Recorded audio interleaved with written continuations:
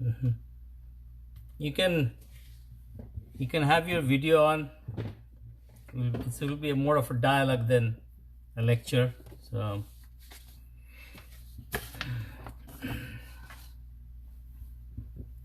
a few more minutes to go. We'll start in a couple of minutes. I think we have it's 6 o'clock, so we can start. I think people are getting tired of this online meetings and classes, and there are too many things going on. Anyway, namaskar. We will start our. So today's discussion on Yoga Sutra will be more on the surroundings of Yoga Sutra. So it's like a meta Yoga Sutra rather than the content of Yoga Sutra. We'll touch upon a little bit of content, but I want to give this context of Patanjali's Yoga Sutra, which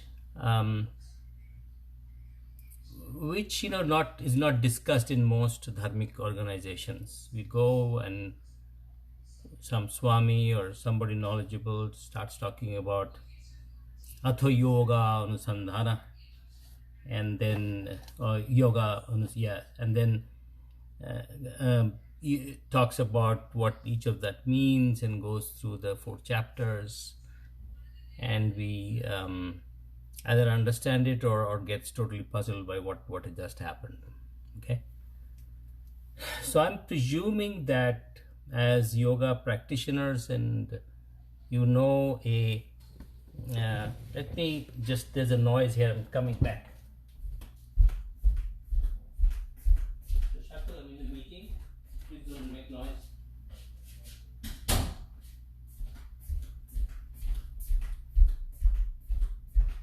Sorry about that. So what will happen is,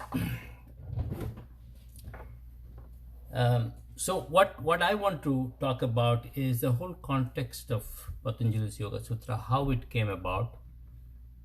And I have always wondered when yoga really started, and I'll connect it to a couple of sutras in Patanjali's Yoga Sutra, but it will be a light connection, but it's an important connection.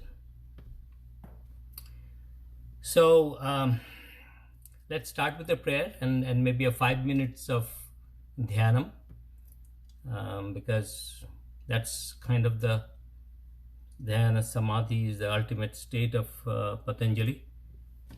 And so let's put our palms together. Inhale and exhale a couple of times. Inhale and exhale. Inhale and exhale. Inhale and exhale.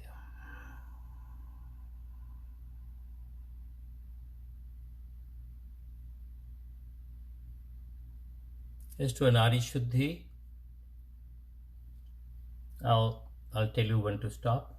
Let's start. Inhale left, exhale right. 4, 2 hold, 6 exhale. We'll do like few minutes, and then we'll start our discussion. Inhale.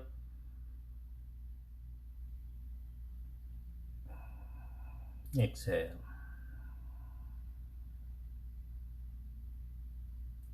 Inhale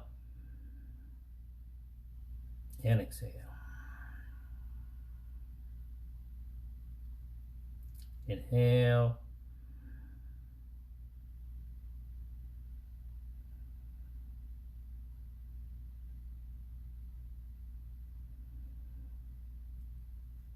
on your own.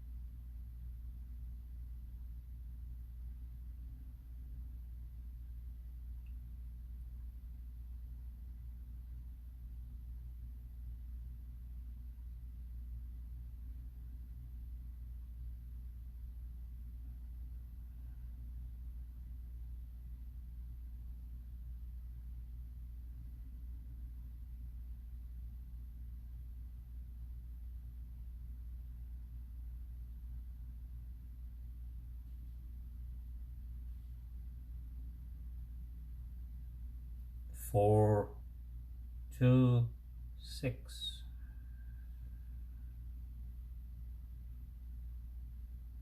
and again 4 2 6 on the other side.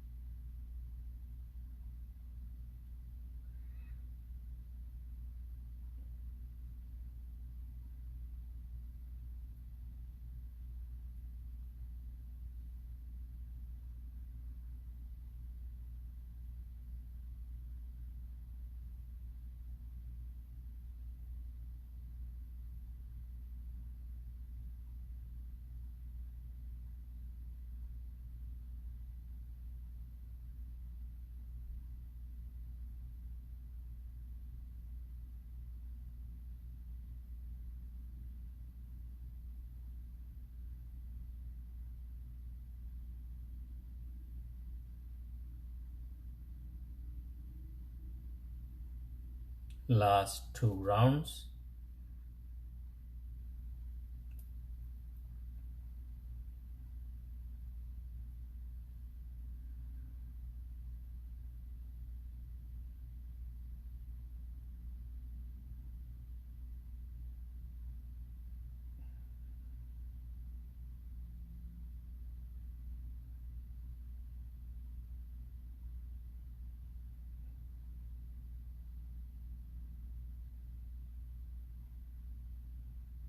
Last round.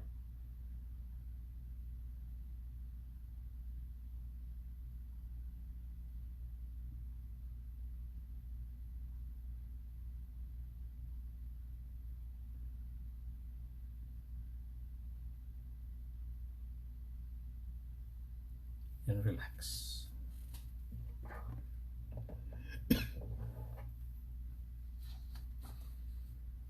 So coming back to our discussion, we will talk about a little bit of history surrounding that time, references of yoga in different texts, Mahabharata, Upanishads, and even some the mid Vedic portions. I'll give a little bit of approximate timelines, and some of these timelines are contentious.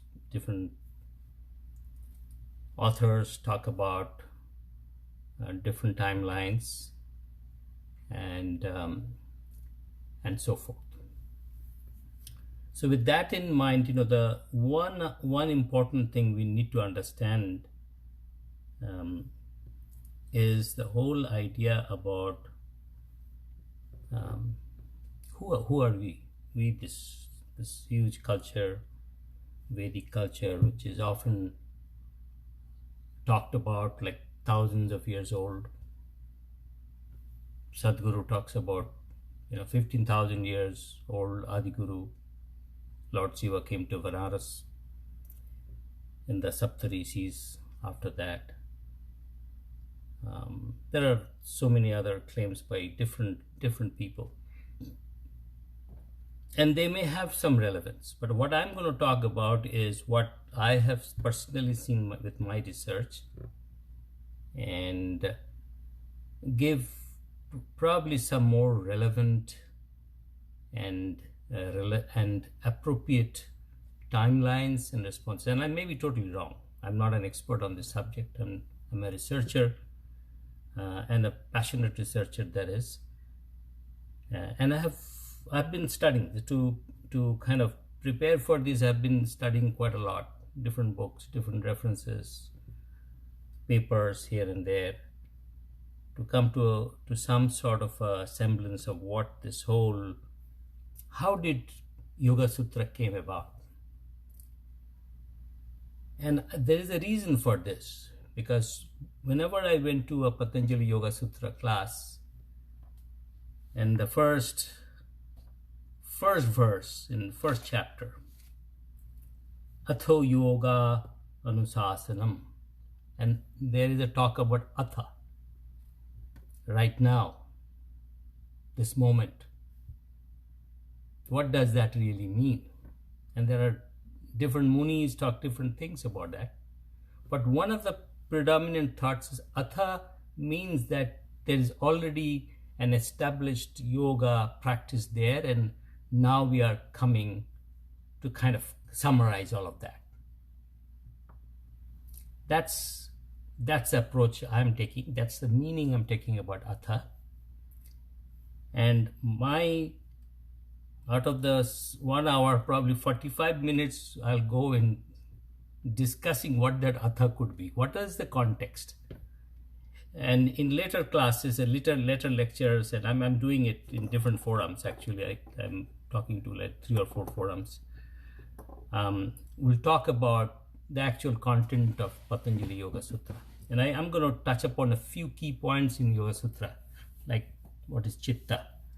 And here we have some very erudite people here in my discussion today who can also illuminate us. This is a discussion again, not a lecture, not one-way street. So if you have any questions, if you think something is, you think differently, you are more than welcome to blurt it out. So let's talk about Aryan invasion theory. It's an important thing that we all Vedic people should know. What is an Aryan invasion theory? As proposed in the British era, probably in the late 19th century, later on, the 18th century. My dates may be a little bit off. Sir Mortimer Wheeler. The gentleman proposed that all these Vedic people, the Hindus specifically, were also immigrants or conquerors, just like they were, and all the other conquerors who came from the west of Sindhu River. So whether it's Afghanistan, either Turkey, or Arabia, or England, all of these people, and we Vedic people were also we invaded the aboriginals of the country, the homogeneous, the heterogeneous mixture of people that already lived there. And often it is said that the south of India are the original Indians, Hindus, and the outsiders came and basically spread their religion, which is the Vedic religion. So Sanskrit, so there's a lot of studies, and these studies include linguistics, archaeology, anthropology, and now genetics. So this study, with using all of these studies, so in those eras, like when Sir Mortimer started this, there was no genetic study, but they had linguistics and archaeology, and Harappa and Mohenjo-daro civilization, the seals over there, they took a look and say, hey, this is invasion. You guys, basically to say, hey, indigenous people of India, you also are like us. We invaded you and you invaded the original people. So there's no difference between you and me. So, so that's it. So now it's interesting that before the theory in the late 19th century, and there's a gentleman named Conrad Elst who is an Indologist from Belgium, and of course Mr. David Frawley over here. And Conrad Elst, in one of his talks, was talking about how in Europe the whole idea was there's so many things came from Indus. So some of the names, some of the cultures, even the swastik symbol, they all came from the Indus. So there was a general thought, just like there is a general thought now in India that things came from Central Europe, the Aryans came and invaded the country. They thought that there was a huge influence, not invasion, but a cultural migration from Indus Valley towards the Central Europe and Europe. So Conrad Elst, in one of his talks, I was listening to it. I knew him very well at one time, and I had a discussion with him on this. He's a prolific writer. You can Google him and buy his books also. He's a prolific writer, very smart individual, an Indologist, and he writes also on China. So he brought this point up that was the general theme all these years. And what the British did, they said that this will really undermine our civilization, the British civilization, the British the conquest of the British. And therefore, we need to have a parallel theory about it. And so they put that together. And that was spread throughout our education system. We all learned that. We all grew up with that idea.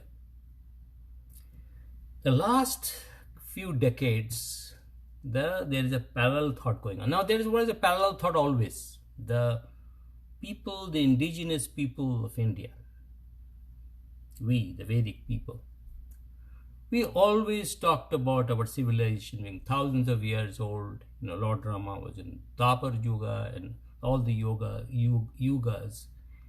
And therefore, even though there was an AYT and it influenced the intellectuals and the cultured people of India, especially Bengalis, I tell you, we're culprits on that. The people in general never knew about the AYT. People always thought, the thousands of years, 10,000, 15,000, whatever. Lord Rama was here, this is there. So a lot of it was through stories, through our Puranas, through our Shastras, Itihasas. Those things were, and that's why the British, also hit upon the toll, the small Garhastha system of education that we had. They destroyed that specifically, just as they destroyed the Marma Chikitsaks, like they cut their thumbs. They also destroyed the Neel farmers, their thumbs and all that. So that was a devastation going on. And what the previous people didn't devastate was a philosophical. So the British, what they did was try to change the total underpinning knowledge of this system. They were smart enough to find that these people have a lot of stuff in there. Some of them didn't understand what it was, but some of them understood it and said to counter it, we have to come with a parallel ideological system. And that's where the system came in. So the AYT, the Aryan, AIT, sorry, I call it AYT, I even wrote AYT, is the byproduct of that thought. And you know about Macaulay's education system. They wanted to baptize everybody and all of that good stuff that happened throughout the British period. It didn't work that way, though it worked to a certain extent. It did influence our thoughts. I learned from my dad in one way. One side he was talking about Lord Rama, thousands of years old, 10,000 years old. The other, they also say, oh, the Aryans came from the West. So now there was parallel theories coming out in the last few decades, and there are very strong evidences, which is pushing that back. The other part is we are indigenous people. The Vedic civilization came out, the indigenous expansion of our system, and therefore this is purely indigenous. And what happened was maybe some intermingling. What happened was also the migration actually happened on the other side. And there are some other proofs of that too. So right now there is a middle ground where a lot of people are talking about is the Aryan migration theory. So there was no invasion. There's no evidence of invasion. All the Mohenjo-daro Harappa seals never found an iota of invasion, violence, or anything. They have tried. A few people have tried to show there was violence, but Mohenjo-daro Harappa civilization, which is between 4,000 to 5,000 years old, based on the more scientific studies and current finding, it can change. They found that there was no violence in any time in that period. So how can it be an invasion? You know, the British had to fight Palasi to get in. There was other fights. The last Mughal had to be ruled out. There was violence and violent conflict. But in case of Aryans coming here, there was no conflict. So people started changing to to an Aryan migration theory. So I'm probably taking a little longer here. So what my point is, now there's 2 points. One is there are 2 studies in the last 2 years which are very important. One is a study by is actually a journalist, but he's done a decent job in looking at it. It's called Tony Joseph. He comes from the old school of, so he's calling it an Aryan migration theory, and he's bringing in a lot of genetics of the indigenous people and the genetics of the people in the steppe region in Middle Europe, and showed that there are some combinations and there has been some migration. So this is his theory. So, and they're dating somewhere between 4,000 to 5,000 years old. The other theory is also, there is a recent finding in Rakigiri, I think it's in Rajasthan, where a 4,500-year-old skeleton has been found. And luckily they found enough genetic material in that skeleton to do a gene sequencing, and found that there was no mixture of steppe people with this. So now this is one study, and a very solid study. And the problem with Indian subcontinent is with the heat and humidity, most of the bodies which, if they were there, are destroyed. So hopefully, maybe someday, maybe in the foot of Himalayas where this colder, something will be found out, and we have more evidences of this. And this evidence is Dr. Vasant Sinde, who was a leading of that, and David Reich, who was a geneticist from Harvard. They were all together on this, and they are saying that there is no mixture. They've debunked the Indo-Iranian theory. So there is no hypothesis that, and they're saying this is all indigenous people. And so that is the indigenous Vedic concept or the idea that is there, which is the original idea. Now the Aryan migration theories also was started by another gentleman called David Anthony. There's a name book, The Horse, Wheel and Language, where he talked about migration. So long story short, and I'm coming to yoga after this, and this is important. It is important to understand that whatever happened, and our shastras, the stars, the positioning, they say that goes, a lot of the indicators goes thousands of years old. That's still a mystery that still has to be found out. And if we can find some good genetic study, maybe someday we will actually prove all of that.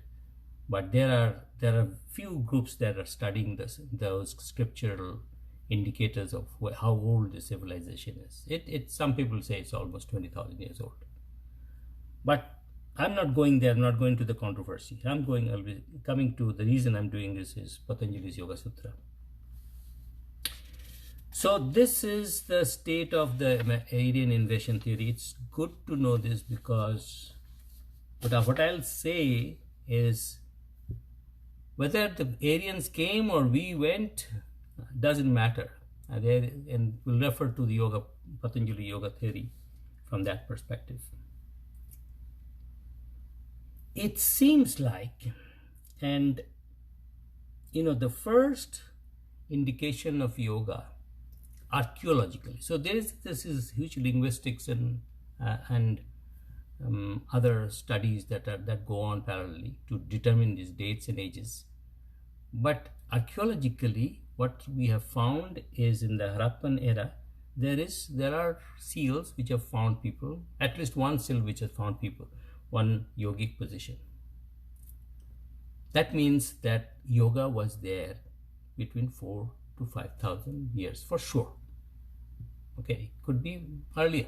We know of Yoga Vasishtha in Ramayana and Mahabharata. Even though earlier the actual writing of Mahabharata may have been later on, but Mahabharata has profuse references of yoga and Sankhya. But at least archaeologically, we have at least 45 to 5,000 years. That's the time frame where yoga was being practiced. There are some indications of that. So it doesn't matter whether the point here is the old Vedic period.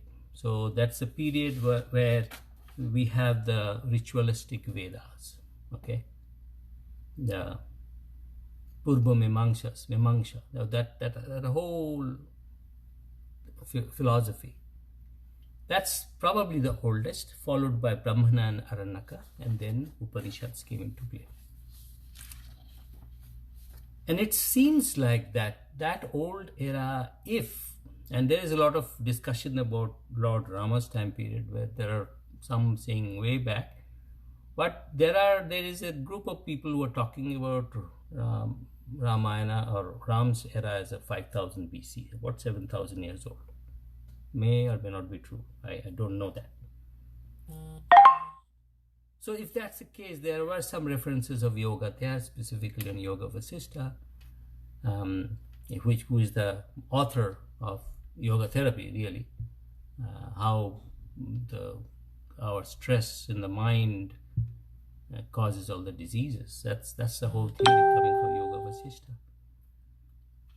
Though, if you see Ramayana, there is most prevalence of yagnas, which is the old Vedic style, the Ashwamedh yagna and other different types of yagna. And though there is a whole bunch of discussion about yoga-like philosophies, the references of yoga and Sankhya is, at least in my study, I thought was much less or not there. So let me make it clear that there's yoga-like philosophies there, but references to yoga and Sankhya as a system was not that prominently there as in Mahabharata, which was written little later. It is thought by a lot of Indologists that the Mahabharata was written like in between 1000 BC to 400 BC. That whole time period, they took some time to do that. And Mahabharata has a whole bunch of references. There is 984 references of yoga, and there are about 200 references of Sankhya. And I'll come to the Sankhya yoga because it is thought that Sankhya philosophy is the theoretical basis of Patanjali's Yoga Sutra. So where are we? So let's talk about a little bit about Vedas. So we have 4 Vedas, and we have these 4 periods: Samhita, Brahmana, Aranyaka, and Upanishadic period. And we also have a whole bunch of Upavedas, which is part of Vedas. You have Rig, Sam, Yajurveda, and Atharva Veda. 4 Vedas primarily, though there probably were other Vedas which got lost in time, either translation from the oral to written or by invaders who destroyed the two biggest libraries of India. So the older part, Purva Mimamsa, is more on the ritualistic side. And you pray, you pray to Indra, rain comes in, this, that, your Ashamodhi Yoga. And you see that prevalence probably in Ramayana. I'm not an authority on this, but seems like it. Then, when it started going into the later stages, Brahmana and Aranyaka, earliest references of yoga as a word, as a system, started coming in. It seems like if we take the Mohenjo-daro Harappa time frame, and if we take the old Ramayana, they say Ramayana is around 7,000 years old, maybe written later on. If we take that early Vedic period, it kind of coincides with the time period. So by the time the Mohenjo-daro civilization, so it's important why I brought the AYT, because Vasant Sandey is saying that the Harappan people are the Vedic people. They are the Vedic people, and they're the indigenous people. And there is nothing like North and South. This is all wrong history that we have been taught. Again, not going into the controversy, but period-wise, it seems like the 4,000, 5,000 years back, between 2000 BC and 3000 BC, that's a time when references of yoga has coming, one, via the seal, the Harappan seal, two, even some reference of Brahman and Aranyaka, and then later on, slightly later, when the Upanishads started coming in, there was definite and very interesting references of yoga and Sankhya, both. And Mahabharata has, as I said, almost 1,000 references of yoga and Sankhya. And as you know, Bhagavad Gita, which is one of the chapters, 18th chapter of Mahabharata, in chapter 6 has a Dhyana Yoga. And Dhyana Yoga is basically Patanjali's yoga, basically all the same stuff. And therefore, yoga must have been very, very established by that time. We are talking about definitely 500 years, that time frame approximately. It's very difficult to give an exact timeline. We don't have it, but we can give broad ranges. So if that's the case, if Patanjali's, so I'm going to come to that. Let me talk about the references. So one is based on my studies and my analysis and talking with people. Yoga was established firmly around by 4,500 years back. So 2,500 BC for sure. It was well practiced. It was well referenced by definitely 4,000 years, 3,500 years back. Definitely well, there's a whole bunch of different types of yogas. And the proof of that is so let me give the references of yoga. So another thing is important to understand. Our philosophical underpinnings were also changing from the ritualistic more to a more philosophical, more deeper understanding, where we had, these devas, that devas, and all of that. That started coming down to lesser number of gods, in the sense that Sankhya, Yoga all talk about it's kind of a dualism, Purusha and Prakriti. So from hundreds, That's my simple way of thinking. It came down to two. And then, of course, in Vedanta and Visishta Advaita Vedanta, we talk about the only Brahman. Now, references. So this conflict, there was a conflict between the ritualism, and the conflict is not here now today in the Vedic people, us. We do yogna, you do Vedanta, not a problem with us.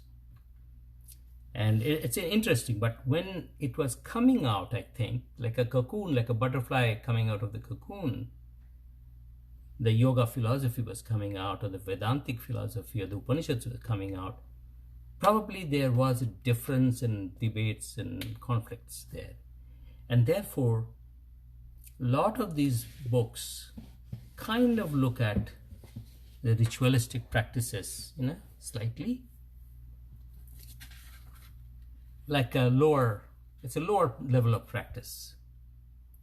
So Manduka has references which abhors ritualistic practices.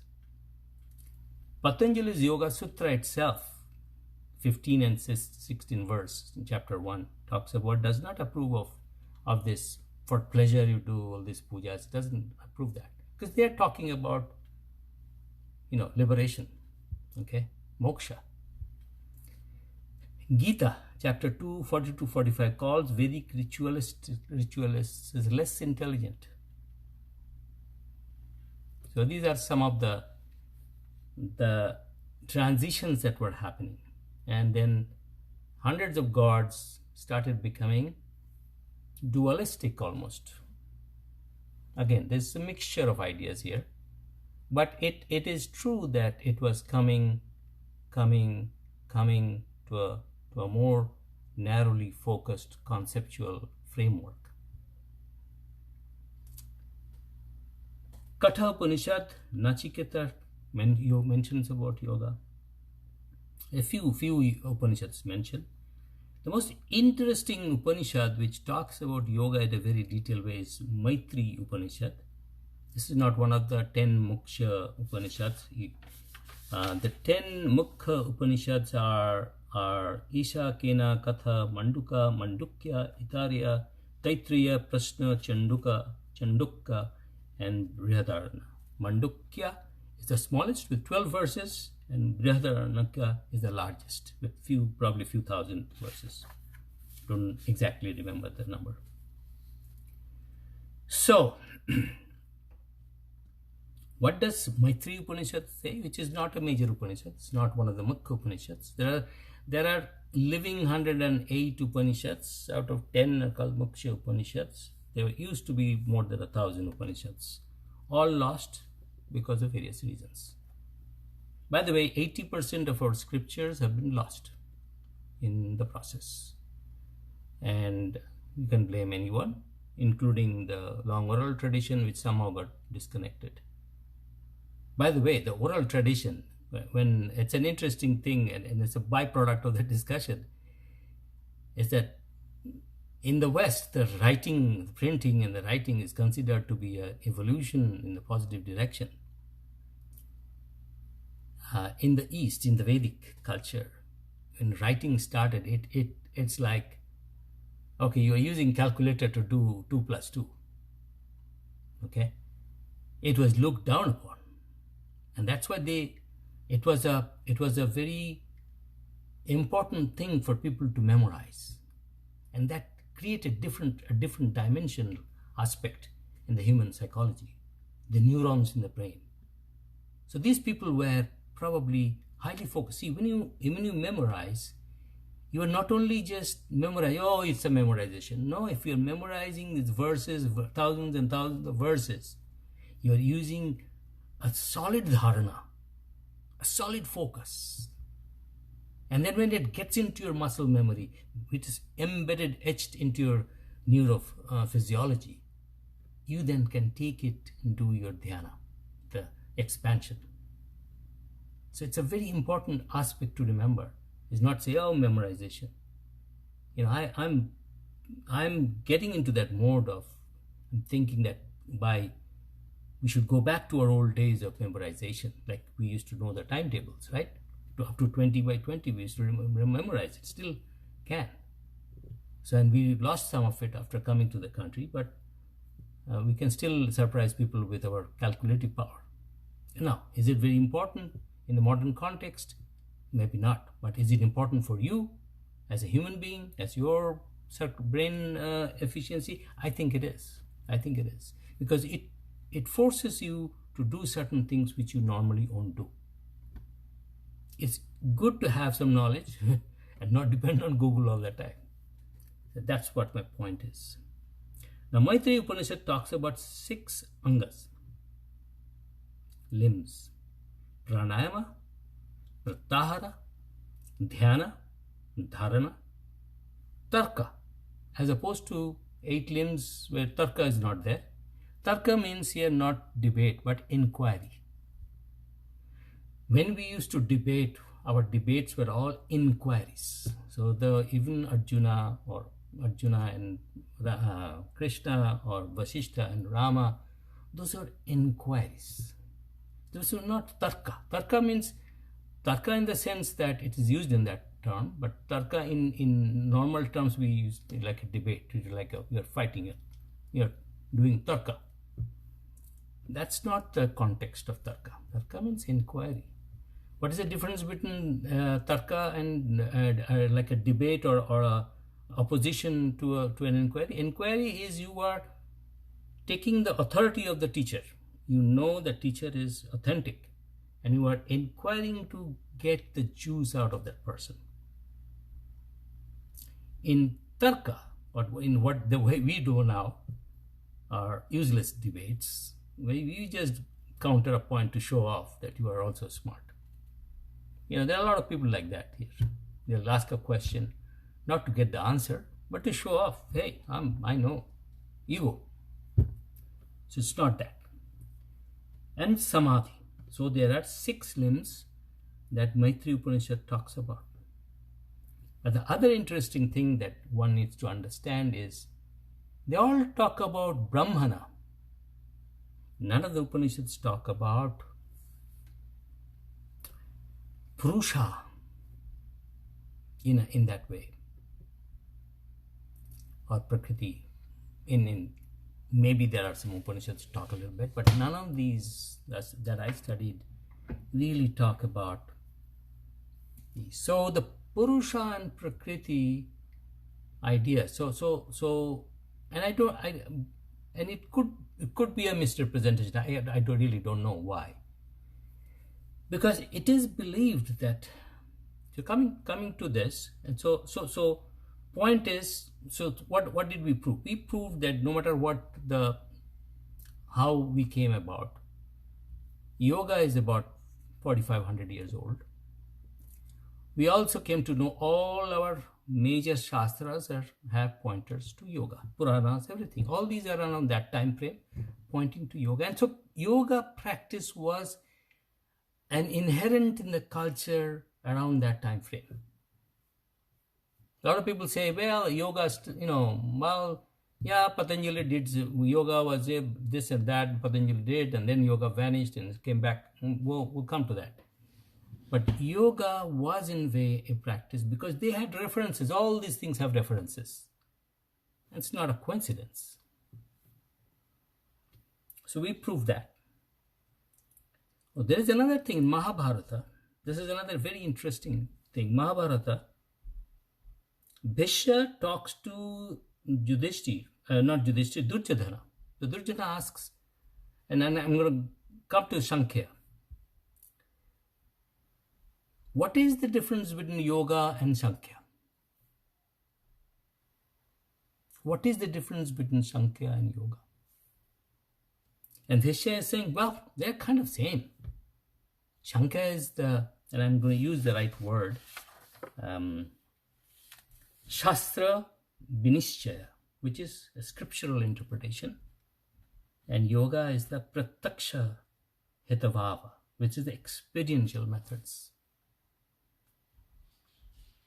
So they're considered parallel. So even though as we are going into the Upanishadic era, they're all talking about yoga and Sankhya.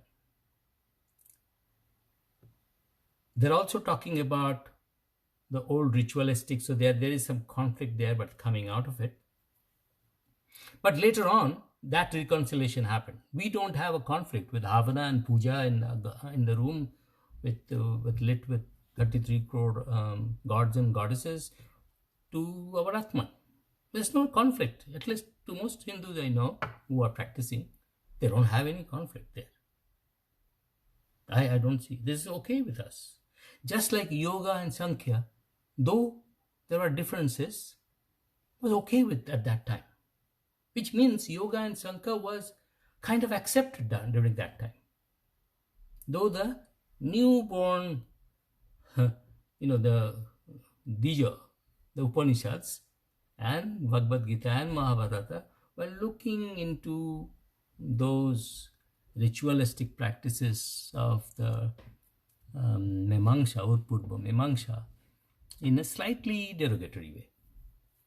Okay, this is my research. I may be totally wrong, but I think there is enough evidences there. I am saying all these things because when I went to school and learned about Patanjali's Yoga Sutra and went to a lot of talks, I asked the question, what does this Atha mean?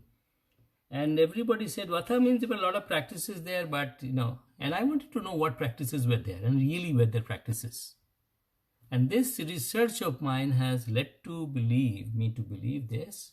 Yes, there are evidences from scriptural parts, evidences from archaeology that yoga was established 4,500 years back, approximately. A few hundred years, 500 years here and there is nothing in this time frame. So this is kind, and probably even earlier in the Ramayana phase, not probably it was, but it was not considered as the yoga, discipline of yoga or discipline of Sankhya.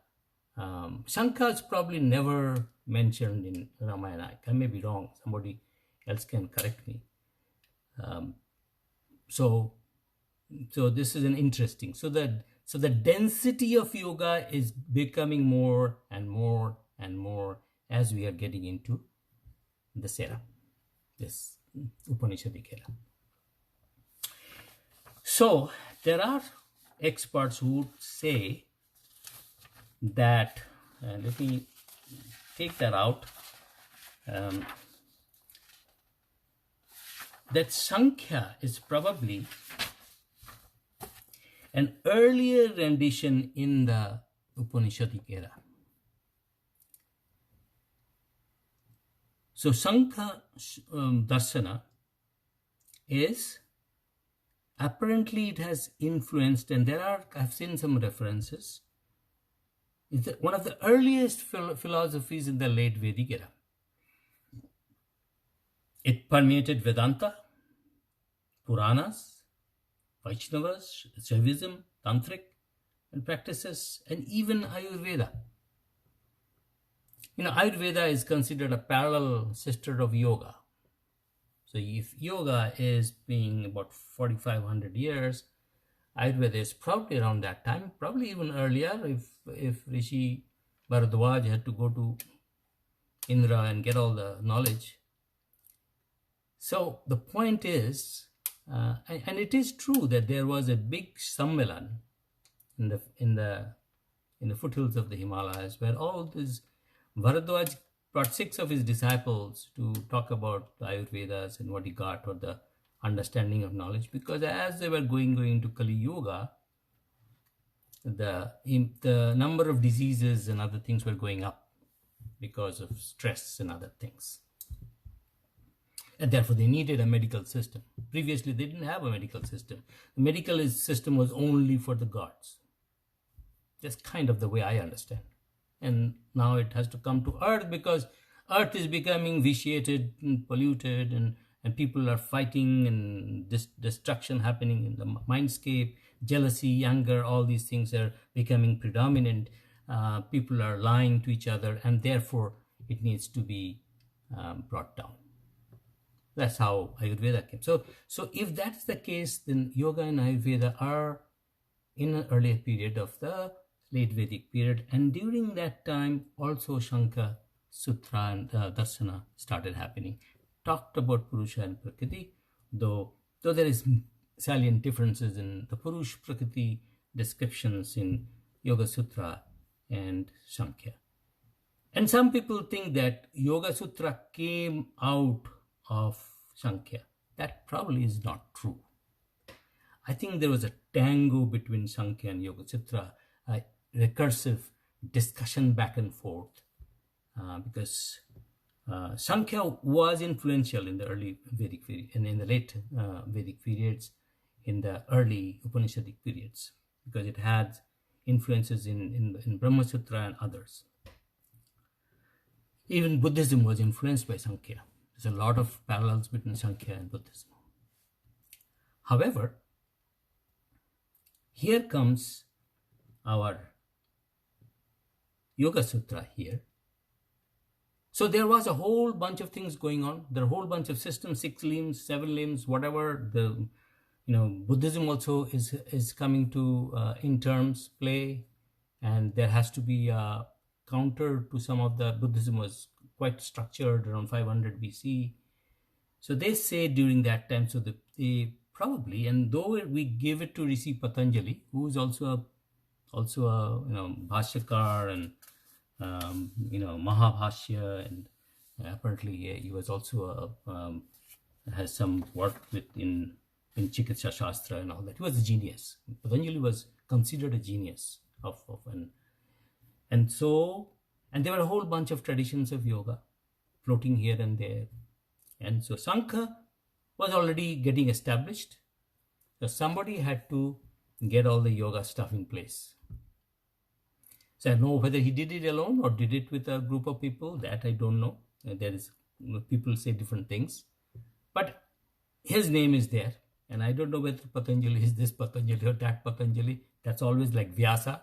Patanjali is also I even have known people saying Patanjali was in 500 CE, which I don't believe. I think he was 2,500 to 3,000, that area. Most people think 2,500, but I have seen Dr. Nagendra and others talk about 3,000 years old. So I maybe that time frame. So I'm not bothered about 500 years. That can go here and there. So there comes Patanjali's Yoga Sutra.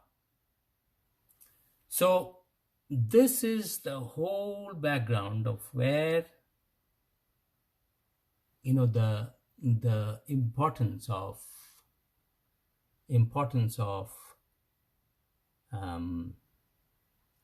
how so ritualistic then became philosophical, deep philosophical, and then Shankha comes in at some point, Purusha and Prakriti and 24 Padarthas and whole world vision. There's Nyaya, Vaiseshika, atomicity. I mean, unbelievable intellectual capacity of these people. It's Mimamsa, Vedanta, Brahmasutra, and then comes Sankhya and Yoga Sutra. Yoga Sutra, again, Sutra means very definitive, very precise, irrefutable. Like E equal to mc squared. There are probably thousands of literature behind that, and concepts after concepts. But E equal to mc squared. Patanjali's Yoga Sutra, which is 196 verses, of which probably 1 or 2 talk about asanas, rest of it talks about other things.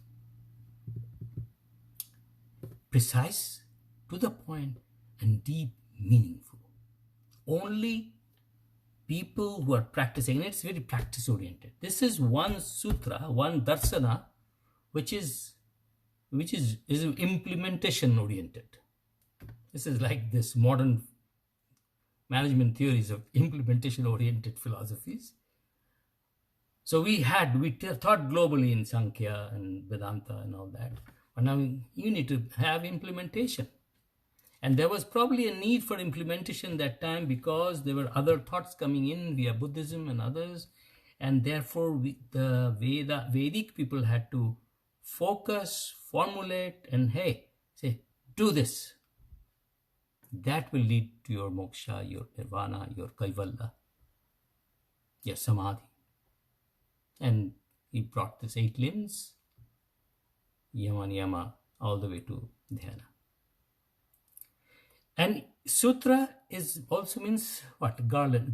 So it's a common thread. If you look at the thread within Patanjali's Yoga Sutra, it starts from the do's and don'ts, what you need to do in a daily life, and then take it all the way to the eventual emancipation. And why is it so important to be precise? It had to be precise because, one, there was a lot of fluff around that time. A lot of people were saying a lot of things. And I personally believe, though I do not have references to that the Patanjali Yoga Sutra was probably a joint effort by few people. Like, you probably know that in Ayurveda, in Vedic time also, in early Vedic time also, the rishis used to get together in the foothills of the Himalayas, in a very calm, content manner, and discuss things at a very, very high intellectual level.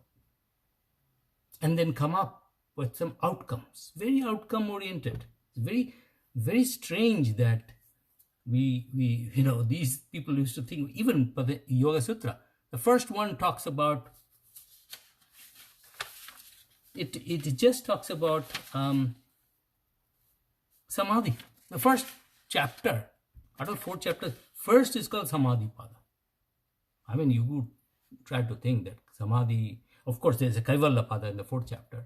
Why would you start with Samadhi Pada? You will try to say, hey, let's take the first step. No. They start with the results. Kind of. At least talk about it. In the first 2-3 verses, it talks about what the intent is.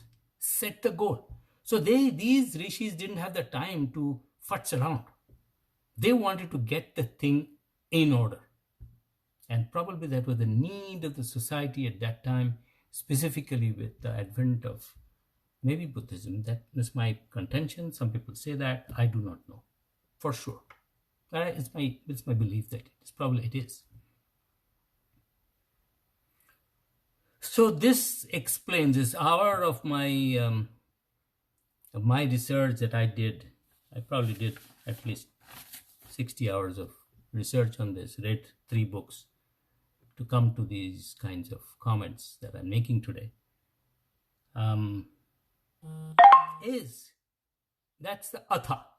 Like E equal to mc squared, you can talk about so many things and bring in relativity at some point, and all kinds of things you can bring. Similarly, this one atha, this is the first word of the first sentence, first sutra of Patanjali's Yoga Sutra. It's an amazing thing we have in our scriptural renditions. Amazing. And one can just go deep in it and get lost in it. Like, it's amazing. And it's very hard to understand some of the intellectual capacities of these people. They were so high that we would think, what the hell are they talking about? Like, if somebody, a high school kid, you talk about relativity, that person will say, what are you talking? What are you talking? What? The guy goes in a plane, in a Sputnik, a speed of light, and comes back. He's young, and I'm becoming the grandfather, and my grandfather stays the same. What is it? The limitations of our perceptions, the limitations of our intellectual capacity has been challenged and has been exceeded in the Vedic time, in the Vedic and Vedantic time. And for somehow we lost it in a lot of ways. And we fell for the Western definitions of what we are. And there is a revivalism going on. A lot of intellectuals are getting involved. So Patanjali Yoga Sutra is also called Neo Sankhya, like Neo Hindus, Neo Sankhya. It is. I mean, these are all interesting studies I'm finding, all my reading last few weeks. And so coming to that, so a couple of things I want to talk about. One, and I'm gonna, maybe I'll take another 1 or 2 classes on Yoga Sutra, actual Yoga Sutra itself, what it means, what is chitta. Some people say it's mind, but it's really mind. And what is chitta or manas in Vedanta? It's different. So that those things, Purush and Prakriti, there are subtle variations. In one say the Purush comes out of the Prakriti and becomes, mingles with the Param Purush. This Param Purush is the word used.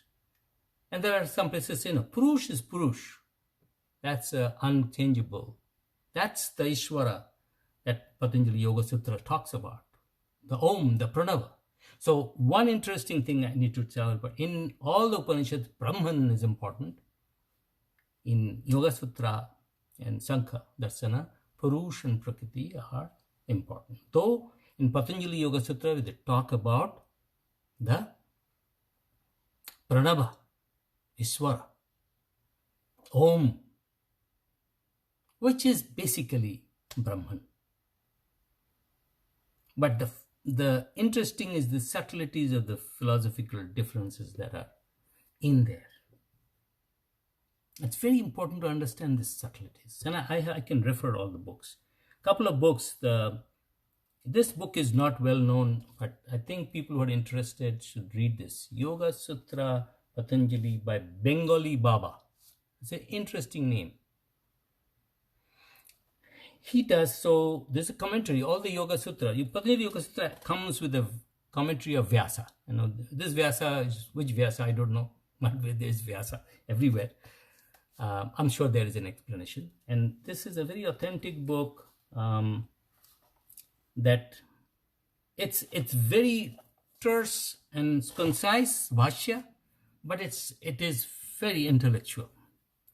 The other book is Science of Yoga by Taimini. You can try that. This is easily available. Amazon. That one is not. There is another book by Shivananda. And where it is. 4 chapters. Sorry. Satyananda Saraswati. The 4 chapters of freedom. That's also another good book. So I'm over my time, and my intention today was to talk about Meta Patanjali Yoga Sutra, which is everything about Patanjali Yoga Sutra. And I'll go into Patanjali's Yoga Sutra deeply whenever we meet, whenever I have the time and everybody has the time. And therefore, it's important that we set this tone. If we don't have this, the understanding of Patanjali Yoga Sutra in the historical context will be not be a very good thing. Will not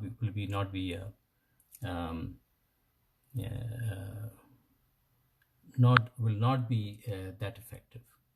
So this understanding is very, very important. The other understanding is there are 8 limbs, and but there is an important thing about Vibhuti. So, and I found this out, and I didn't know that before, but I knew about it, but I didn't really know about it. And I know some of the people here might know much more than I do here. Samadhi, there are 8 types: Vitarka, Vichara, Asmita, Ananda. And then there is a state called Samyama, which is Dhyana, Dharana, Samadhi all together. And this Samyama belongs to transformations and siddhis through a certain method called Parinama. And that takes you eventually to the state of Kaivalya. I didn't understand this before. My recent studies has made me understand. So it almost looks like the Ashta limb of Patanjali is actually 10 limbs. In the Samadhi, all these other things are there. The Samyama is the three things. In actually chapter 3, when they talk about Vibhuti, it talks about it. Samyama is dhyana, dharana, dhyana, samadhi all together. And then, but what happens, they say in Samyama, you start getting your vibhutis, your powers. So if you have Samyama on an object, say you have a Samyama on Mars, you can know, again, these are their talk. I don't have, I struggle with the dharana, so I don't know what they really experientially mean, but you can know everything about Mars.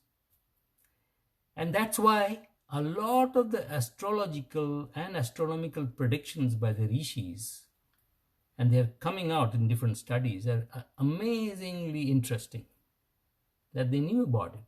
The Bhugol, the world is round.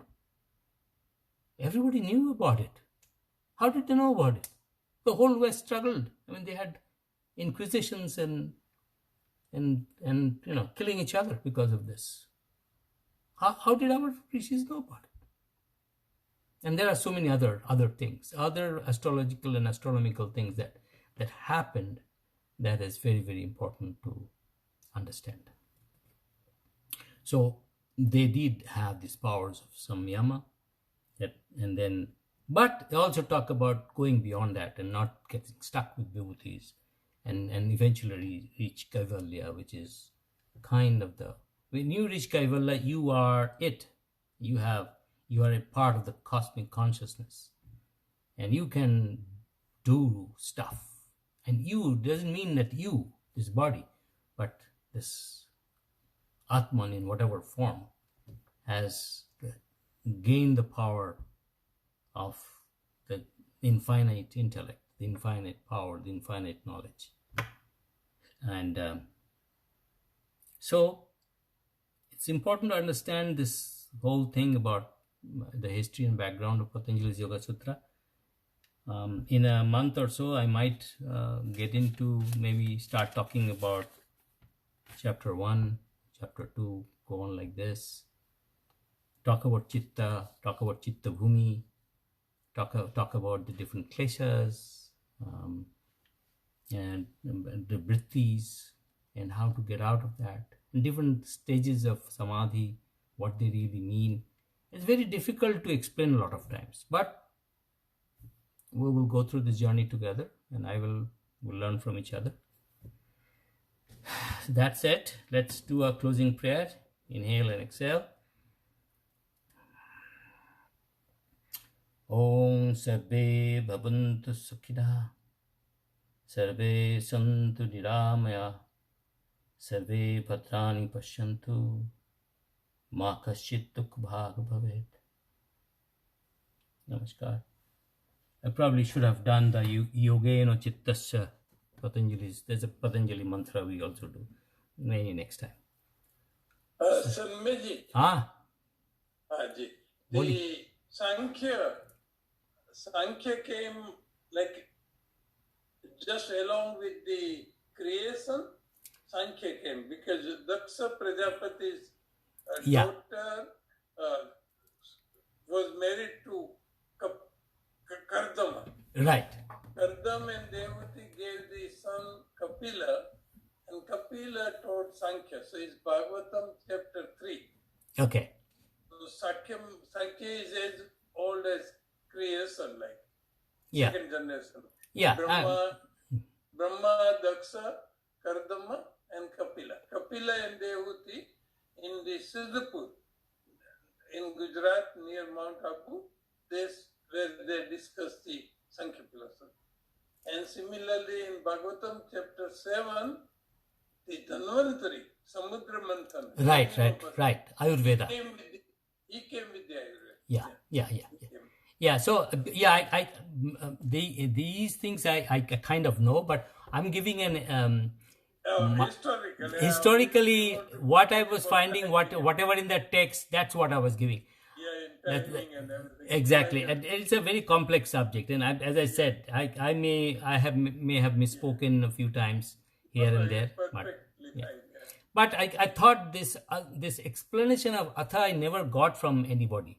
And I talked to a lot of people. So I thought, Yeah, you're right. No, Atha means you're right. It's just, okay, there is a air, let's talk about air. yeah, It means air is already existing. existing, exactly. Let's see how wind blows. Yeah. It means wind was blowing already. Fantastic. Okay, Yeah. let's see how rain happens. It means rain is usual, but now we are talking. Okay, let's see how rain develops. Exactly. You're right.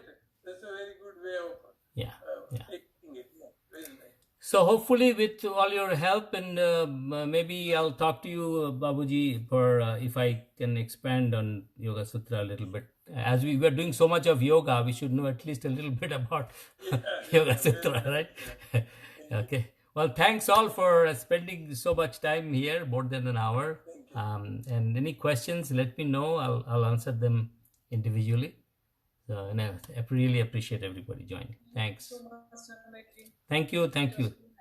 Thank you. Thanks a lot.